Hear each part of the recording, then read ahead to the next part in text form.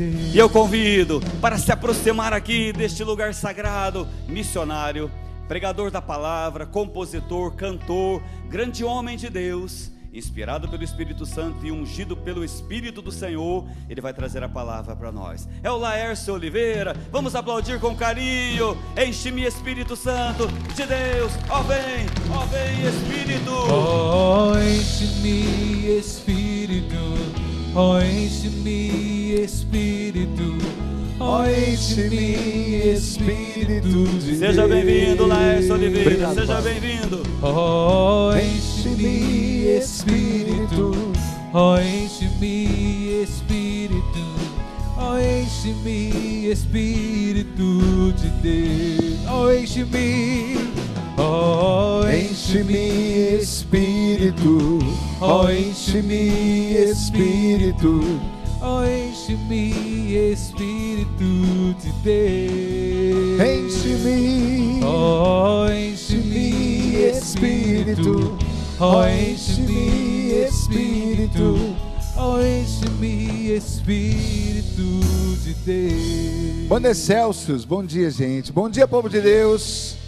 Bom dia você que está em casa, você que nos acompanha pela Rede Século 21 em todas as regiões do Brasil. É uma alegria estarmos juntos no dia do Senhor para refletir, para rezar, para adorar ao Senhor Jesus Cristo. Vamos aplaudir o Deus que nos reúne nesse dia. Obrigado, Senhor, pela tua graça, pela vida antes de mais nada, né? Pela nossa existência.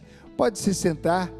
Nesses dias, nós temos vivido situações que eu considero muito exigentes.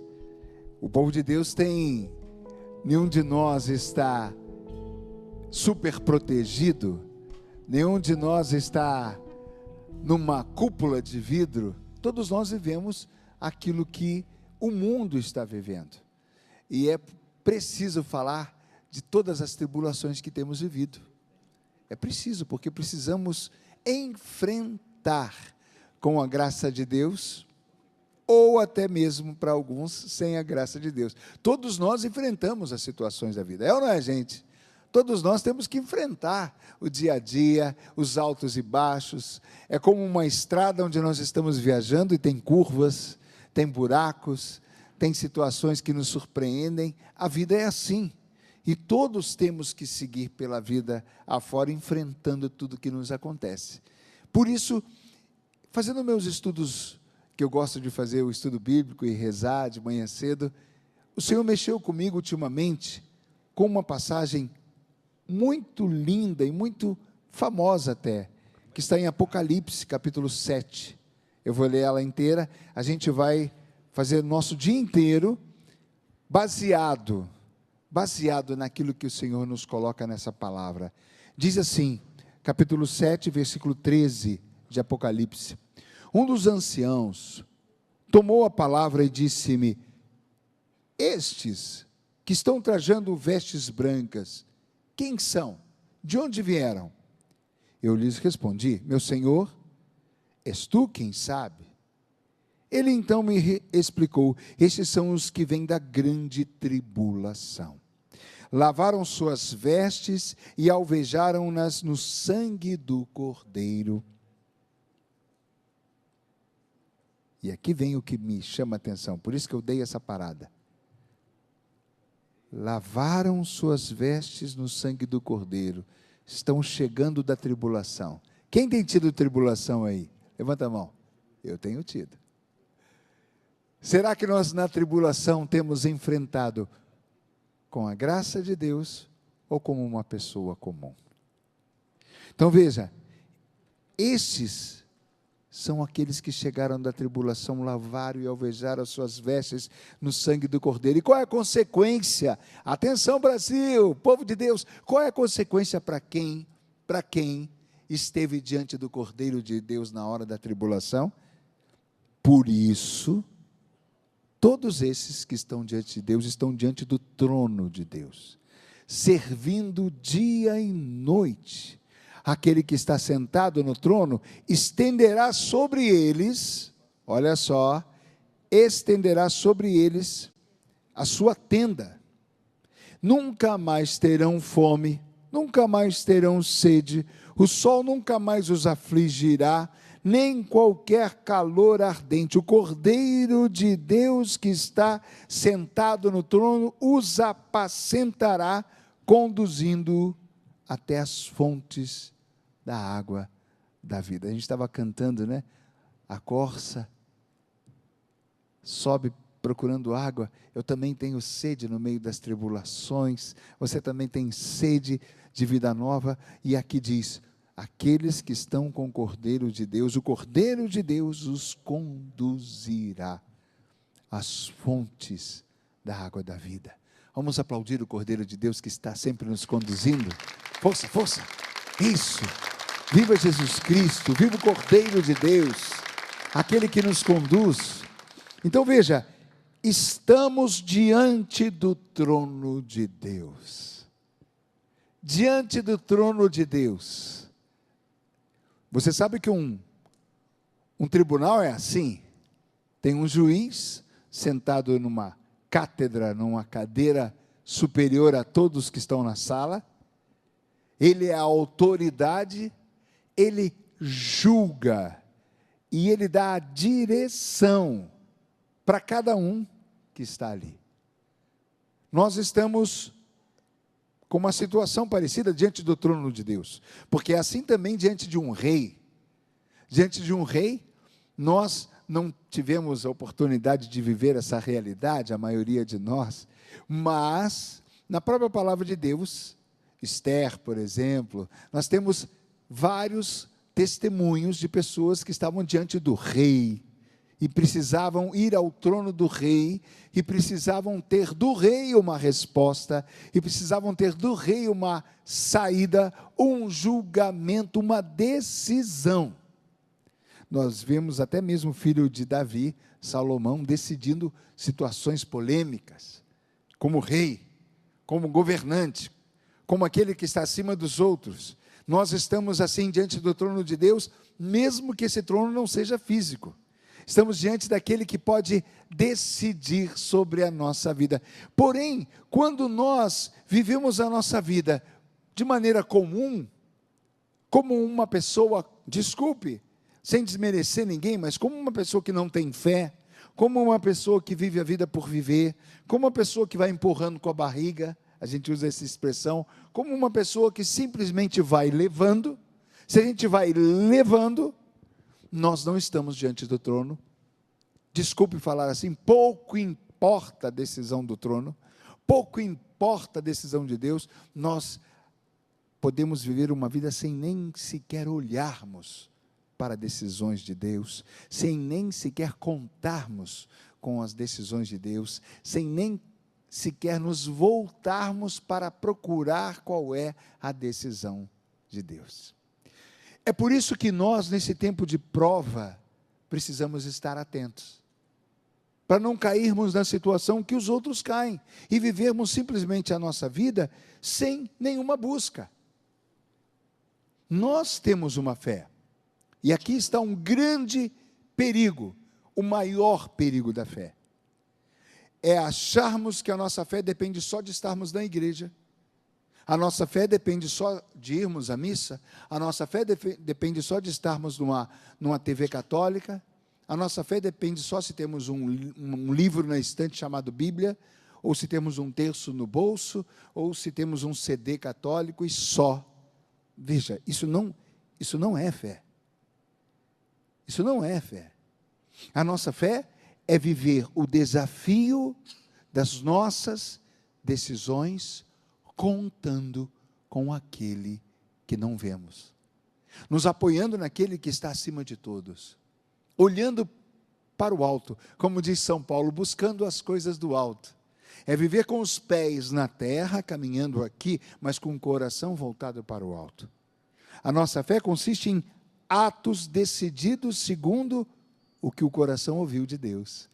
A nossa fé consiste em decisões inspiradas pelo céu. A nossa fé consiste em vivermos segundo Deus, segundo aquele que nós nos submetemos ao cuidado de Deus, nos submetemos ao Rei, nos submetemos ao Senhor Jesus, nos submetemos àquele que nos salvou. Ele é o Cristo, o Redentor, o Salvador. Eis-me aqui, eu quero ser salvo, Senhor. Eu me submeto àquilo que Ele vai me dar como regra para a minha salvação. É muito fácil nós entendermos sobre essas regras.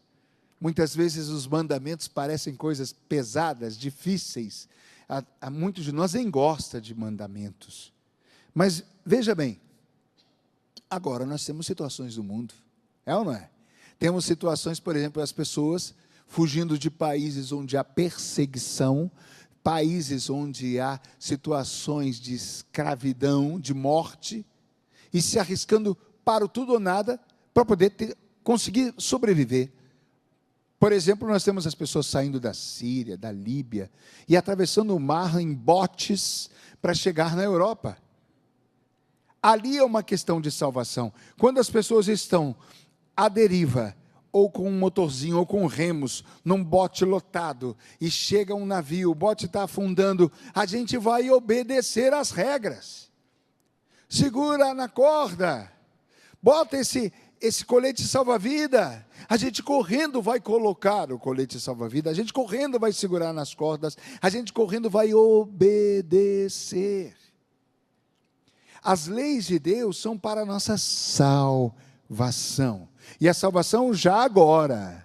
A salvação já agora na tribulação. A salvação já agora na dificuldade. A salvação já agora nesse momento que aflige a muitos de nós. Pelas redes sociais eu tenho recebido muitos pedidos de oração para a situação principalmente financeira. É ou não é? Temos muitos desempregados no nosso país. Eu tenho recomendado a eles um segredo simples, o segredo de Madre Teresa de Calcutá. Reze. Ela dizia, o meu segredo é simples, eu rezo. Reze para São José. Peça a São José. Peça a São José. Eu insisto, reze. Ah, lá, isso eu já sei. Reze. Você está rezando? Rezando para valer?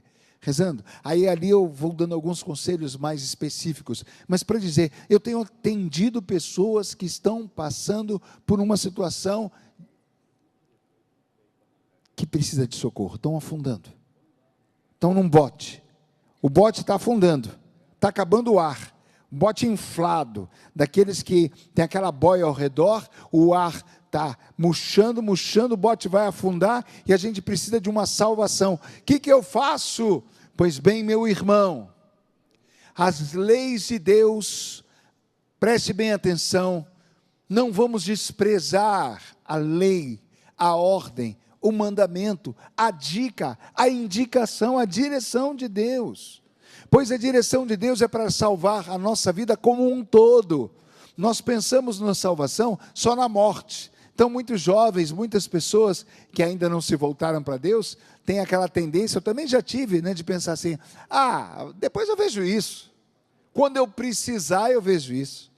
Quando for necessário, eu busco a Deus. Tem muitos homens assim, um dia, se eu precisar, eu vou na igreja.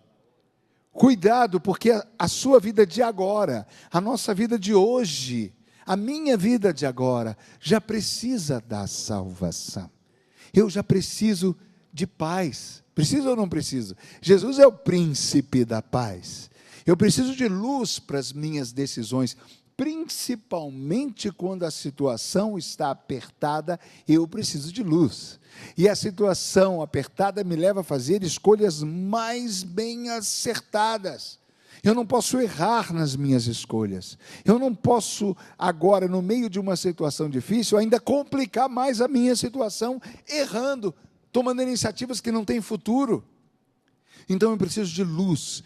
A luz, Jesus Cristo vai dizer em São João capítulo 8, versículo 12, eu sou a luz do mundo. Eu preciso de discernimento. Discernimento é um dom do Espírito Santo. Eu preciso de paz para poder fazer isso com calma. A paz é fruto do Espírito Santo. Tudo que nós precisamos para agora, vamos dizer assim, é como se nós estivéssemos numa travessia e aquilo que nós precisamos para ter no borná, na mochila, chame como você quiser, na marmita, a água, o pedacinho de carne, o feijão com arroz, as coisinhas que a gente precisa, uma fruta, para ir nos sustentando nessa jornada, ou seja, a paz, o discernimento, a luz, a alegria de viver, a esperança, todos esses itens do nosso bornai espiritual, da nossa marmita espiritual, vêm de Deus. E muitos caem na loucura de não contar com Deus agora. Porque isso é só o céu, é quando eu estiver morrendo. Muita gente está morrendo agora. Muita gente está em depressão agora. E muita gente está se suicidando agora. Atenção, pais. Nem vou falar para os jovens, vou falar para os pais. Você sabia que a segunda maior causa de morte, hoje, a segunda maior causa de morte da juventude no Brasil, já é o suicídio? No Brasil. Nós temos muitas vítimas da violência. A violência no Brasil matou já, nesses últimos anos, me parece que 2017, mais do que a guerra na Síria. Mas daqui a pouco, os estudiosos dizem que daqui a 4, 5 anos, o suicídio deve se tornar a primeira causa de morte no Brasil. Suicídio da juventude, dos jovens. Os jovens estão tirando a própria vida. Falta de alegria, falta de esperança, falta de luz, falta de paz. Mas os próprios pais não têm paz. O pai não tem paz. Os próprios pais não têm paz. A casa é uma guerra. As famílias estão vivendo um conflito dentro de casa. O conflito que está fora, no meio da sociedade, no meio do dia a dia, para quem, para quem não corre diante do tribunal de Deus, quem não vai atrás do Senhor, quem não busca as ferramentas, as graças de Deus, quem não reza, acaba que esse conflito entra dentro da sua casa, e a sua casa vive, alguns dizem isso, que tristeza alguém chegar ao ponto de dizer, lá em casa é um inferno. Tem muitas casas que são um inferno. Que tristeza. Por quê? Porque para nós, eu quero liberdade, eu quero estar livre. É muita coisa na minha cabeça, tem muita gente querendo mandar em mim, e a gente pega os mandamentos de Deus e joga fora como se fosse uma coisa que vai nos tirar liberdade, vai nos tolir liberdade, vai nos limitar na nossa vida. Ao contrário, eu preciso acertar, eu preciso ser preciso, eu só tenho uma alternativa nessa situação de agora, eu preciso acertar com o último tiro, o único tiro, talvez a única saída que eu tenho. Eu não posso errar. Quando a vida está muito bem, tudo está muito fácil, o fácil é o que? Nós temos várias possibilidades. Quem tem vários convites de trabalho, quem tem várias opções, porque está terminando a segunda, a terceira faculdade, tem um convite para isso, tem um convite para aquilo, pode até escolher qual o salário que quer ganhar, né? Isso está se tornando raro. E hoje, até pela vida, estou usando bastante a questão material para exemplificar, pela vida material, tem muita gente ficando sem opção. Pela vida espiritual, pela vida social, né? Os princípios morais estão indo embora, está tudo indo embora, nós precisamos acertar. Por exemplo, quantas pessoas não conseguem acertar no casamento? E é uma escolha seríssima, dificílima, para a vida inteira. E nós temos uma verdadeira dificuldade, e muitas vezes a nossa dificuldade está no quê? Porque nós somos, nos comportamos, vivemos como uma pessoa qualquer, sem luz. Eu sou a luz do mundo, eu sou o caminho, eu sou a verdade, sem direção, dando tiro para qualquer direção, fazendo qualquer coisa, topando qualquer parada, deixa a vida me levar, cuidado, então veja, nós precisamos da direção de Deus. Levanta a sua mão, você que está aqui comigo, e diga: Senhor Jesus, eu preciso da tua direção, Dá-me, Senhor, a direção para a minha vida. Diga, encaminha os meus passos, Senhor Jesus. Amém. Tem um salmo maravilhoso que o salmista reza assim: Senhor, faze-me viver bem, viver de acordo, que os meus dias sejam bem vividos. Interessante, nós precisamos daquele que tudo sabe, daquele que tudo pode, daquele que tudo vê, daquele que está presente em todas as realidades. Nós vivemos ataques espirituais, estamos sob a função de quem está acima de nós, meus irmãos. Me perdoe falar assim, mas deixa, já que eu fui tão longe, deixa eu ir caprichar bastante. Você trabalha numa firma, e na firma tem chefes, tem colegas, todo mundo está disputando o cargo que vem acima de você, e às vezes você está atrapalhando o caminho, e às vezes até aquela pessoa do seu lado, que se coloca como uma amiga, vai te dar uma pequena rasteira para ela ganhar o cargo, e você não. É assim a vida. Os interesses, às vezes dentro de casa, nas empresas, na luta, nós precisamos de Deus. Nós precisamos deixar, meus irmãos, me perdoe, eu não quero ser agressivo, mas nós não podemos ser tolos, sem malícia. Existe um mundo mau. São Paulo fala do mundo mau, e a gente precisa destacar isso, porque cada vez mais todo mundo diz, não é bem assim. Cada vez mais a gente fala, não, está tudo bem. Cada vez mais a sociedade diz isso, as músicas dizem isso, a TV diz isso, as novelas dizem isso, e a gente vai se acostumando que tudo, peraí, para que esse exagero? Há um relativismo, tudo é relativo. Não, meu irmão, não, minha irmã. As escolhas precisam ser acertadas, o meu caminho precisa ser correto, eu preciso ir avançando, apesar de todos ao meu redor talvez estarem batendo cabeça. Se eu me colocar em Deus, o Senhor vai encaminhar os meus passos. Você crê? Você crê? Você crê que Deus encaminhará seus passos? Sim. Então diga, eu creio, Senhor Jesus. Então eu estou falando em seu nome, o Senhor vai encaminhar os meus passos, o Senhor vai me fazer acertar a meta, atingir a meta. Levanta a sua mão e diga, com Jesus, eu serei mais que vencedor. E isso é palavra de Deus. Diga, não só eu vencerei, mas eu serei mais que vencedor. Pode falar obrigado, Jesus. Pode aplaudir aquele que nos dá a vitória em toda essa loucura. Pode aplaudir, aplauda, viva Jesus Cristo. Então veja, é esse o tribunal, estamos diante de um tribunal, estamos diante de um trono do Altíssimo, e vai depender das minhas escolhas. Você sabe, na vida comum também, você pode ser alguém que faz a opção por arrumar uma confusão, e pode ser uma pessoa de paz, e quando a gente arruma uma confusão, a gente vai ter as consequências.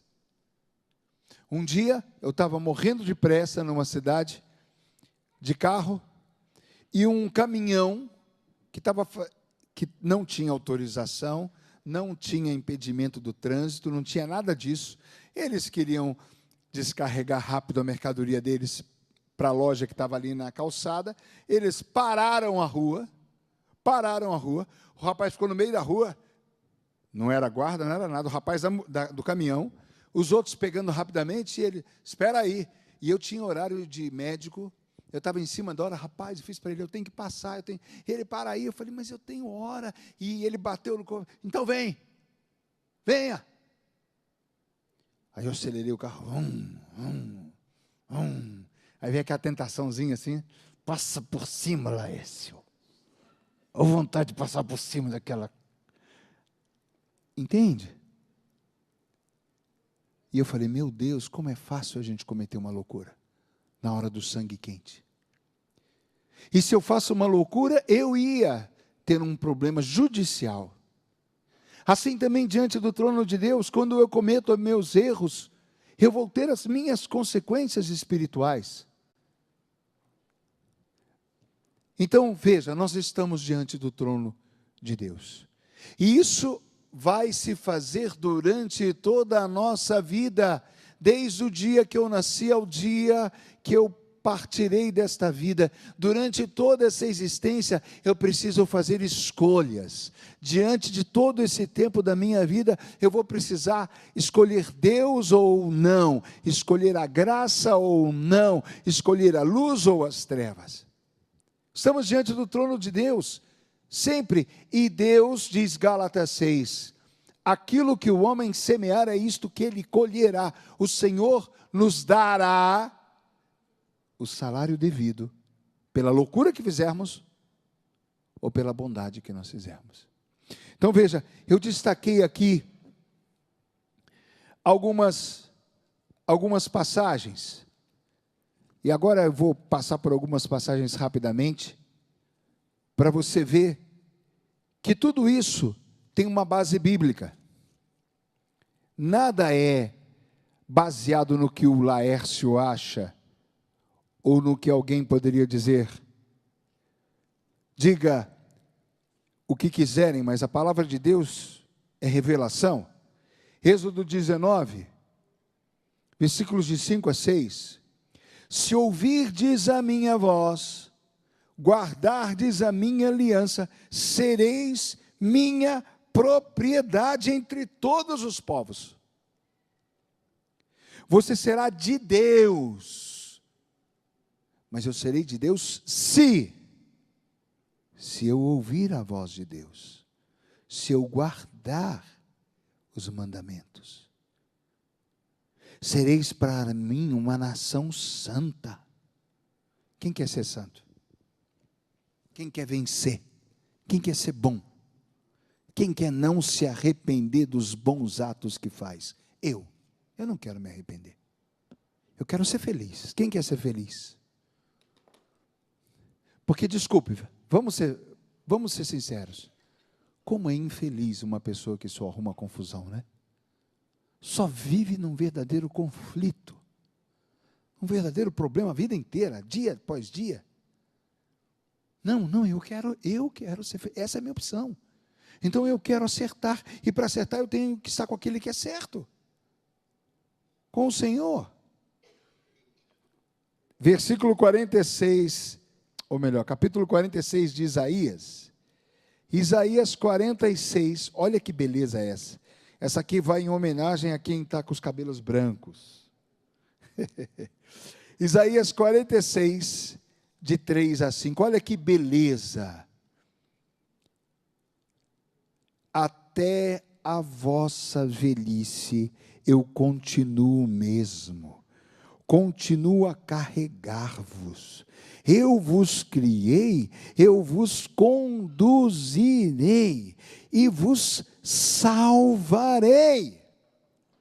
Vamos aplaudir essa palavra? Vamos aplaudir essa palavra? Quem está de cabelo branco aí, aplaude para o e fala, oba! Até a vossa velhice, você pode ver que eu também já estou aqui com meus óculos, né? Até a vossa velhice, eu, diz o Senhor, continuo mesmo.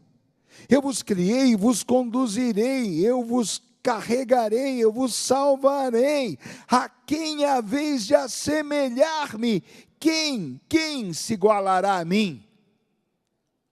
Levanta a sua mão e diga, ninguém, Senhor. Ninguém é como tu, Senhor, meu Deus. Ninguém é como tu, Senhor Jesus. Diga glória a ti, Jesus.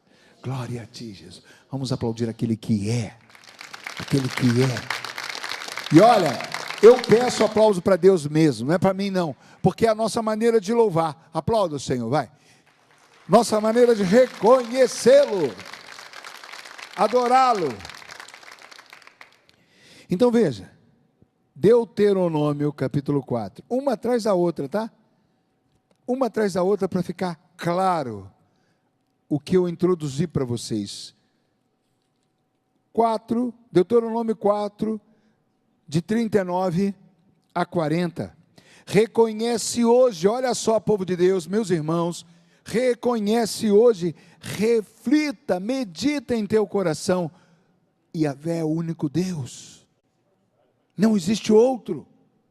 Observa, olha aqui, observa seus mandamentos, para que tudo corra bem. Gente, não tem palavra mais clara.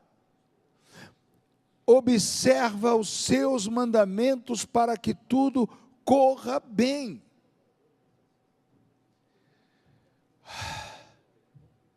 Às vezes é difícil certas coisas, né? Parece que o nosso ouvido não quer ouvir certas correções. Nem Deus corrigindo a gente gosta. É verdade, nós não gostamos de correção. Nós não gostamos de aperto. Nós não gostamos, a gente quer fazer as coisas do nosso jeito. Eu sei, eu entendo, eu sou igualzinho a você. Mas é o Senhor Deus dizendo para nós: reconhece hoje, medita em seu coração, Yahvé é o único Deus, tanto no alto do céu como cá embaixo na terra, não existe outro. Observa seus mandamentos, para que tudo corra bem. Olha só, a ti e aos teus filhos depois de ti. Quem é que tem filhos aqui? Quem é que quer o bem para os seus filhos? Leva a mão ao seu coração um instantinho. Diga: eu creio, Jesus. Por mais que eu sofra, por mais que eu veja os meus filhos tomando outros caminhos, eu confio, Senhor Jesus, na tua palavra. Eu confio, Senhor, na tua promessa. Se eu observar os seus mandamentos, tudo correrá bem. Apesar das dificuldades, tudo correrá bem para mim e para os meus filhos. Diga: Jesus, eu confio em vós. Amém. Não alivia a gente? Respira fundo, vai. Saber que Deus vai além. Deus vai além. O meu braço não alcança todas as situações. Deus vai além do meu alcance. Deus vai além do que eu vejo, do que eu entendo. Às vezes eu não sei o que dizer para o meu filho. Mas o Deus que me deu suas leis e que eu obedeço, vai transparecer em meus atos. Atenção, hein, pais? Deus que eu obedeço vai transparecer em meus atos, e os meus filhos verão Deus através de mim. Que coisa linda! Deixa eu dizer uma coisa muito simples, um exemplo muito simples. Os filhos vão crescendo, né? Começam a ir para a escola. E lá em casa a gente optou por algumas coisas, já que eu quero ser feliz. Lá em casa, por exemplo, a gente sempre evitou gritar, falar alto, discutir. A gente tem diferenças, todo mundo tem diferença, mas a gente fechava a porta do quarto, eu e minha esposa, e ia acertar as contas. Outra coisa que a gente parou, que a gente lutou, que a gente cuidou lá em casa, de não falar palavrão. Como é feio um filho novinho, 1, 2 anos, 3 anos de idade, falando um palavrão porque escuta em casa, né? Nem sabe a besteira que ele está falando. Quando minhas filhas começaram a ir na escola e começaram a aprender, porque em casa, graças a Deus, a gente já vinha, desde antes delas nascerem, né, lutando para fazer certo. Então, minhas filhas, quando nasceram e cresceram, até chegar nos anos da escola, não escutaram palavrões em casa. Um ou outro, talvez, mais leve, mas a minha casa não é perfeita, mas os mais pesados, não. E aí elas começaram a trazer da escola, infelizmente, alguns que elas aprenderam entre os amigos, né? De vez em quando eu soltava em casa, eu falei: opa, parou, Você escuta isso aqui em casa, filha? Não, pai. Já falei isso para você, minha filha? Não. Então o pai não quer que você fale aqui. Ah, lá na escola, ok. Olha só, até isso eu dei para ela. Quer falar na escola? Fala, mas aqui dentro não. Se o seu ambiente não fala, se no meio de vocês não fala, ela não vai falar. Porque a escola é um momento, daqui a pouco passa aquele ano, daqui a pouco aquele amigo vai embora. E você vai permanecer na vida dela. E ela vai permanecer na sua casa, seu filho, sua filha, ainda por anos. E o que vai prevalecer é a sua maneira obedecendo a Deus, e não o amiguinho influente. É bonito o que Deus faz. Veja, para encerrar, chamar o pessoal do Excelso já aqui, para a gente rezar um pouquinho no final dessa reflexão. Deuteronômio 30. Deuteronômio 30. É mais claro ainda. Coloco diante de ti, atenção, hein? É Deus. Estamos diante de Deus, do trono de Deus. E Deus diz: coloco diante de você. Vê se não é como um tribunal, né? É uma hora de decisão. E toda hora é hora de decisão. Coloco diante de você a vida e a felicidade, a morte e a infelicidade. Escolhe. Diga para quem está do seu lado: você é livre. Diga para quem está do outro lado: você é livre também. Diga para quem está atrás de você: você é livre. Cutuca quem está na sua frente, diga: ó, você também é livre. Fala aí para todo mundo: ó, você escolhe o que você quiser. Esse é o famoso livre-arbítrio. Não se esqueça que as consequências da sua escolha virão. Não se esqueça, você está como eu diante do trono de Deus. E Deus tudo vê. Deus tudo sabe. Ele está vendo a sua escolha. Vamos ficar de pé um instantinho. Isso. Pode espreguiçar um pouquinho, não tem problema não. Não é pecado não. É bom para acordar, para rezar direitinho.